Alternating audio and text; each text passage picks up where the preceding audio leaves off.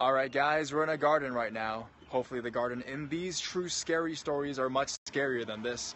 Grab a blanket, turn off your lights for 6 true scary stories that happened in gardens.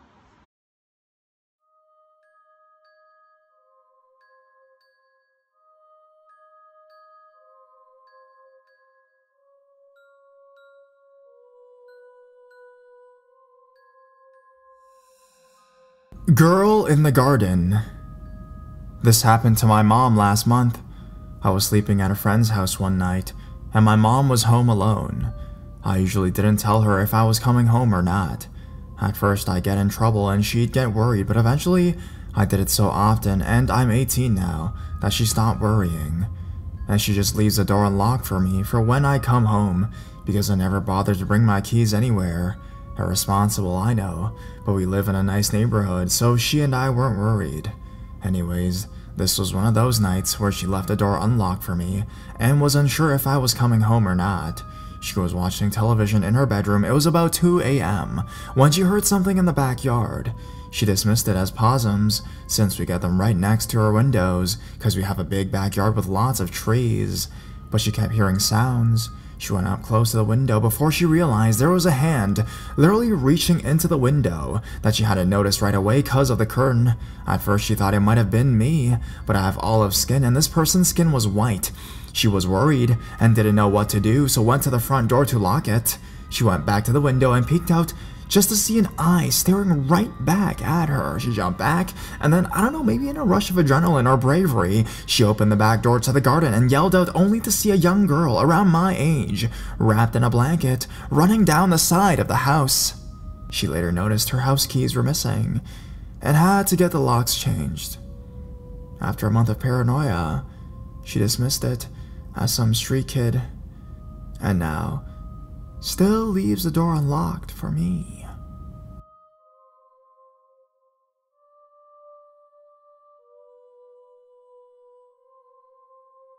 Someone else's blood. When I was 18 years old, I lived in a young person's homeless hostel. To those of you who've never experienced one, they are based all across the UK and are for 15 to 19-year-old kids who have been made unintentionally homeless. My mother had moved abroad and my father is useless. A quick brief history of the hostel may be useful here. While I was living there were 6 of us in total, me being the oldest, and the youngest was a 15-year-old boy who was still in school. The building was a Victorian townhouse, which consisted of 3 floors, 2 bedrooms to each floor, and a basement which the garden had been dug out around to house the kitchen, living room, and a small garden area. As this house was solely for young people, the building had CCTV and an 8-foot sealed wall around the back garden for extra safety. Now onto the story. One night, I was woken at 2 a.m. to a knock on the door, which was common as I lived with 3 other girls at the time who wanted to borrow clothes, makeup, etc., so I didn't think much of it. I opened the door to find it was the youngest resident of the hostel, looking clearly shaken. He explained he was woken by a loud banging coming from the window that overlooked the back garden, so I told him we would go and look together. As we got to the living room, it was clear there was someone on the other side of the window. We sheepishly opened the curtains to find a man in his mid-late 20s, covered in blood, pushed against the window inside our sealed garden. I remember the sheer look of relief on his face to see people were home. He kept begging us to let him in as he was being chased. I shouted through the window that he couldn't come in, as it was a young person's hostel and everyone inside was under the age of 18, but he continued to beg. I was very concerned about the amount of blood he had on him and offered to call an ambulance. This is when his face changed to a small smile, and he very calmly told me, "Oh no, it's okay. This isn't my blood." This is where we opted on phoning the police instead.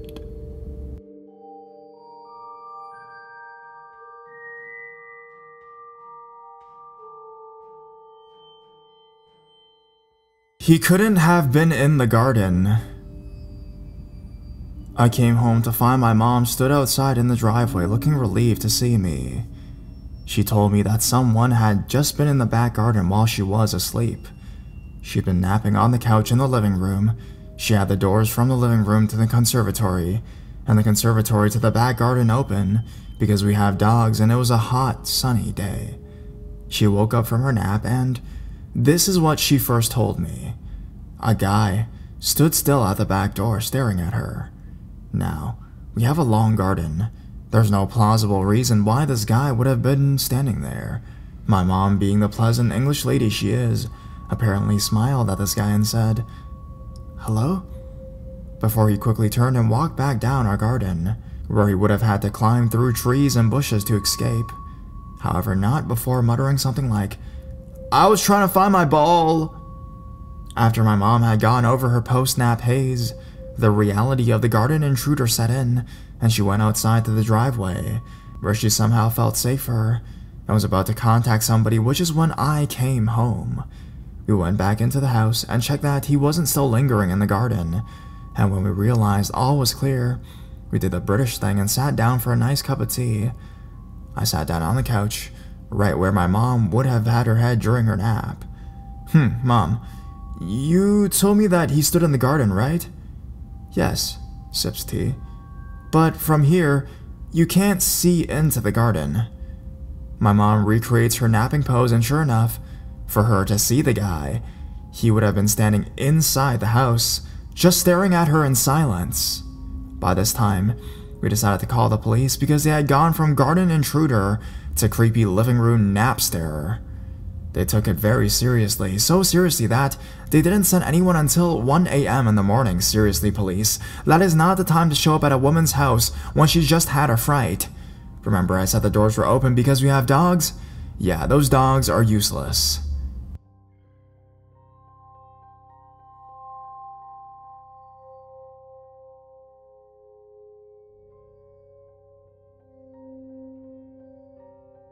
Garden crawlers. It's my first time on here, and I'm not much of a storyteller.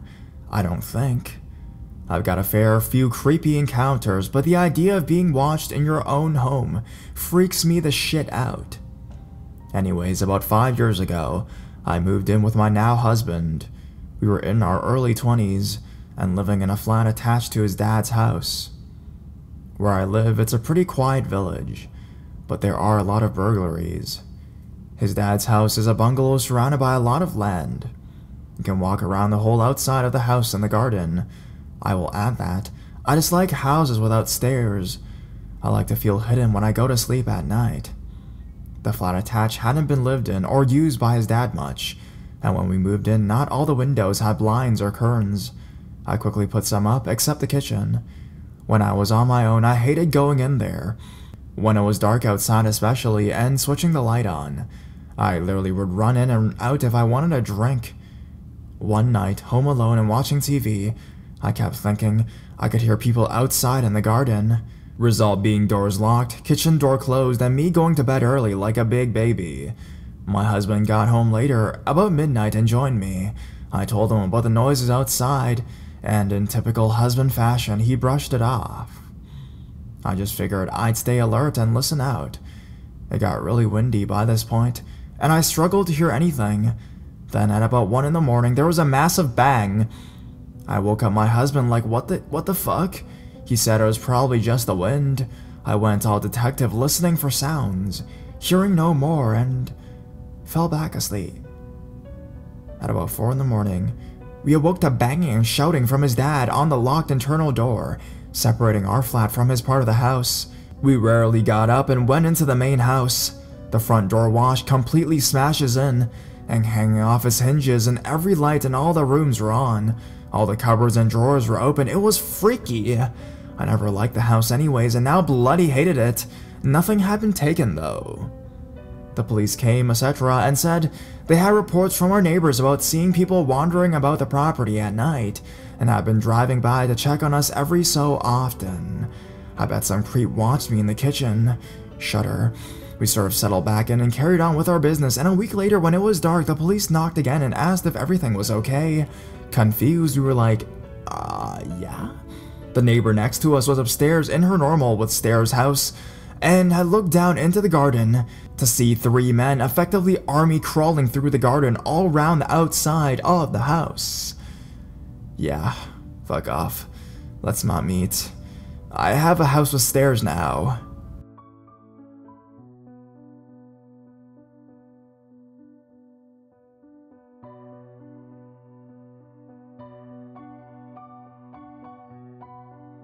Weird old lady in my garden. This is probably going to be longer than it needs to be, so I apologize in advance if it bores you. This happened when I was 7 years old. I was a strange child. I didn't enjoy playing with toys. I spent most of my time exploring the rather large woods that were behind my house. I guess my guardian, we'll call him John here, had a lot of trust in me even then, because I was often allowed to go alone, and a lot of times this was at nighttime. My bedroom at the time was in the attic, as our cottage was small, and there was only one bedroom. I love that room. It was small and cozy, and I had a large circular window that looks out over the forest. There was a window box underneath it, and I would sit there for hours and watch the sun go down behind the trees. If I opened the window wide enough, I'd be able to fit through and climb onto the roof of the kitchen and dining room, and there was a small tool shed below that I could easily slide down onto and then jump into the bushes.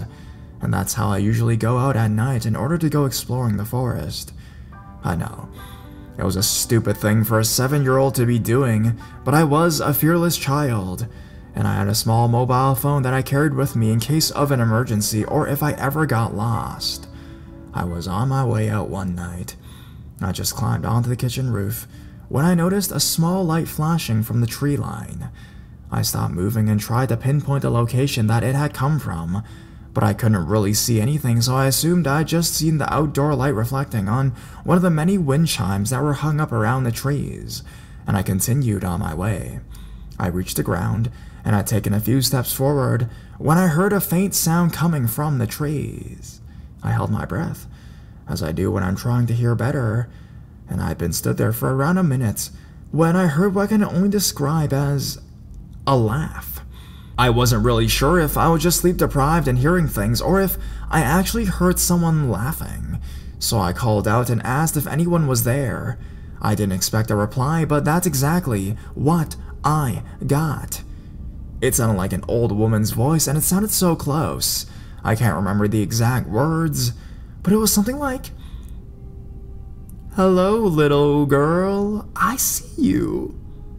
And then there was another quick flash. I turned and climbed back up onto the kitchen roof as fast as I could, but for some reason I didn't go back inside the house. I guess I was curious. I had a small pocket torch that I kept on the window box, and I grabbed it and shined it around the garden. That was probably a mistake on my part. She was definitely old. In fact, she looked like a corpse, like she hadn't eaten in a while. And I remember feeling slightly afraid because she was looking directly at me. She was wearing a white nightdress, and she seemed to be swaying side to side, so I think that she might have been intoxicated or mentally ill in some way, though I didn't know that at the time. At some point, she started whistling "The Man Who Sold the World," and honestly, that song still freaks me out to this day.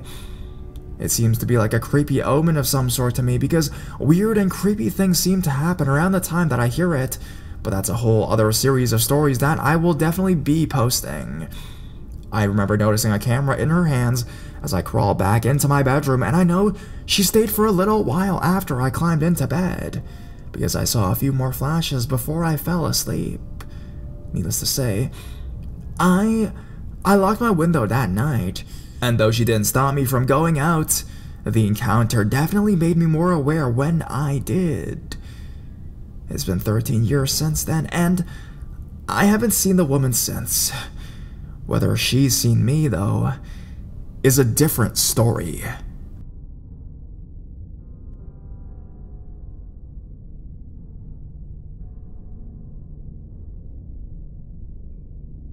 They always say to trust your dog, right? Like every bad horror movie ever made. My encounter started with a young girl watching TV while home alone at night. Since I was a little girl, My parents have worked the same job and they always work shifts. Most of the time, they'd be working the opposite shift from one another, so I would never have to be home alone. But sometimes, every 6 weeks or so, they would both be working the same shift, and it was normally the night shift. So that meant that from when I got home from school at 4 o'clock until about 11 o'clock, I would be home alone. I used to have to stay with a friend or a relative when I was much younger, but when I reached 13, my parents decided that I was old enough and mature enough to look after myself for a few hours, and I quickly realized that this meant that I could do whatever I wanted. I could sit in the living room and watch TV while eating all the snacks we had in the house, and I could listen to my music as loud as I wanted to. I was living the dream as far as I was concerned, but my love for being home alone quickly faded. A couple years ago, when I was 15 years old, it was a Friday night. I was home alone. I was doing my normal thing, watching TV in the big comfy chair while my 2 dogs slept on the couch. Now, both our dogs are bull terriers, so I always felt completely safe knowing that most people run a mile when they see our dogs, even getting walked in the middle of the day. They're both complete sweethearts, and unless you can be kissed to death, you're fine around them. Despite how loving they are, I always know that they would jump to protect me if I was in danger. Anyways, back to my cliche setting for an encounter. I've been channel surfing for too long and was getting bored with the TV, so I decided to see what movie I could buy, and as always, I settled on the horror genre since it was my favorite. I quickly settled on a movie that seemed to have potential to be good, but once I started watching it, I realized I just wasted $2 on a shitty movie. Scream of the Banshee. Typical plot. People find some creepy box and open it, letting something out. People die and their family and members, and people who didn't die at the beginning spend the rest of the movie trying to figure out what it was that killed everyone and try to make it stop. Although the acting could have been better, it wasn't as good as I had hoped. I was still shitting my pants though. Kira, our older of the 2 dogs, at some point during the movie had gone to sleep on my parents' bed, like he normally does. But Casey, the younger, had stayed down in the living room with me and was sound asleep on the sofa, completely unaware of my sweaty palms and racing heartbeat. In our house, we have creaky floorboards and thin walls, so it's super easy to hear anything when the TV isn't very, very loud. After the movie finished, I turned the volume almost all the way down and started watching Family Guy to try and calm myself down before going to bed in hopes of preventing any nightmares I may or may not have. I know what you're thinking. Hannah, why do you watch horror movies so much if you just wind up scared shitless after they're finished? Because that is what horror movies are supposed to do. If it doesn't scare you, it isn't horror. Anyways, suddenly, I hear a loud thump from my parents' bedroom, which is directly above the living room. Like a dog falling and jumping off the bed, and there was a loud crash as she ran into the mirrored doors across the room from their bed. By now, I was already on my feet, and Casey was on high alert and growling, and that's when the growling from upstairs started. Bring on the heavy breathing and the hairs on the back of my neck standing on edge. Casey was staring out of the living room window and into our back garden, but I was too chicken shit to turn around to see what she was looking at. But my mind quickly went back to the dog up the stairs. I called out to her before hearing another bang, like something else was up the stairs, and then she yelped loudly and came flying down the stairs almost literally. I ran to the end of the hall and caught her as she crashed into the front door once, twice, 3 times, as though she was trying to break through the glass panel, and then she ran back down the hall and into the living room, jumped up on the sofa, and threw up everywhere. Casey started to bark and jump up at the window, looking between me and the window. That's when I finally looked. There was someone standing in the garden looking in the window, but I couldn't see a face. I was completely frozen to the spot, staring at this person, who I assumed was a guy by their build. But when they were so close to the window that their nose was almost touching it, they slammed their gloved fist onto the glass, and I screamed bloody murder and they bolted, hurling the fence and taking off into the night. I grabbed my phone from the chair and ran down the hall and out of the house. Once in the garden, I spotted someone bolting from there too, and taking off in the same direction as creeper number 1. I called my mom in complete hysterics. and just when she was starting to calm me down and telling me to go into the neighbors despite the time of night, I dropped my head back to look up to the stairs and calm myself down. Something caught my eye. My parents' bedroom window was pulled open as wide as it would go. That's when I completely lost it, and could hear my mom on the phone telling her boss, who was luckily in the building at the time, that she had to go because there was an emergency at home. Luckily, she only works a 5-minute walk from the house, and that was cut to 2 minutes when she started to run. By the time she found me, the dogs were on either side of me on the front step, while one of our neighbors crouched in front of me trying to calm me down and tell them what happened. The police were called, and my dad rushed home from where he was working that night. Unfortunately for the police, though, I was the only person they could talk to and ask about this. And I couldn't make much sense for a while because I was a hysterical teenage girl and started crying again whenever I tried to talk about it. The police told me that they'd had a similar report a few nights before. Only a few streets away from me were 2 men dressed completely in black were harassing some couple in their home by running around the outside and banging on the windows or trying to break down the doors, but they didn't get in. By the looks of the back door, the man in the back garden had been trying to get in when I rushed back into the living room, while Kira puked all over the couch, and when he saw me, he decided to scare the shit out of me, but ran when I screamed because I could have alerted my neighbors. The guy who was running out of the front garden when I ran outside, I climbed down the side of the house after coming back out of my parents' bedroom, where he had climbed through the window, where Kira had been asleep on their bed.